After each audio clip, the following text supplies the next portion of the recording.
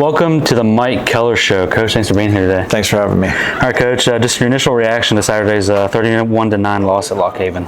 Obviously, very disappointed, not with just the loss and the start of the season, but the way we played. You know, felt in the first half we didn't compete at a high level. Obviously, you know, something that was addressed at halftime in not a very nice way.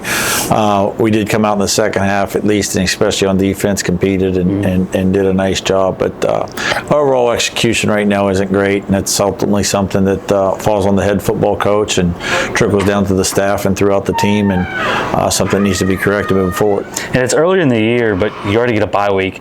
Does it feel like it's kind of come at the right time?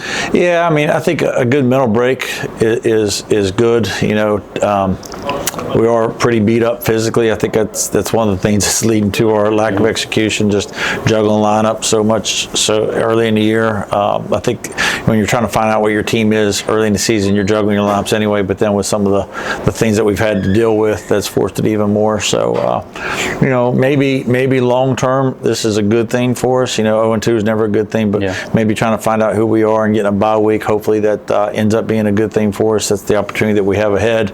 But you know, it's very disheartening at this point to be 0-2 and to not have played well in either game. I do think we faced two quality opponents and all that. There's some things there that, you know, that there's reasons why things are happening the way they are, but still just you know, not very pleased with it, but not ready to give up, that's for sure.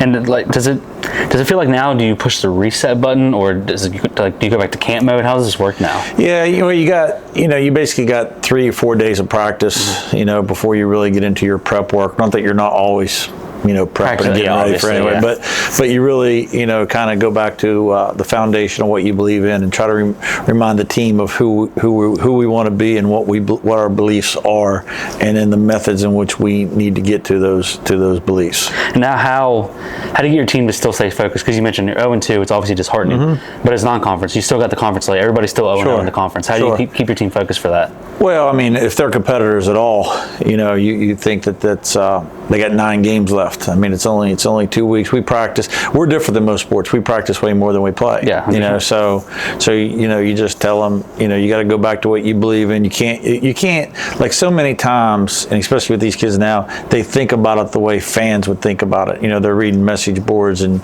looking at standings, and you got to tell them, listen, you can't look at final stats. You got to know why the stats are happening the way they are. You got to know why you're turning the ball over so much. You got to know why you're getting the ball ran on. You got to know why, you know, and then fix those things, and then all the numbers and wins and all that will be a byproduct of that. You know, not to quote Saban, but what he says is right on. You need to stay process oriented. And now, kind of looking forward to the following week. It's you get a bye week, but you still play on a following Thursday. Do you like playing on that Thursday?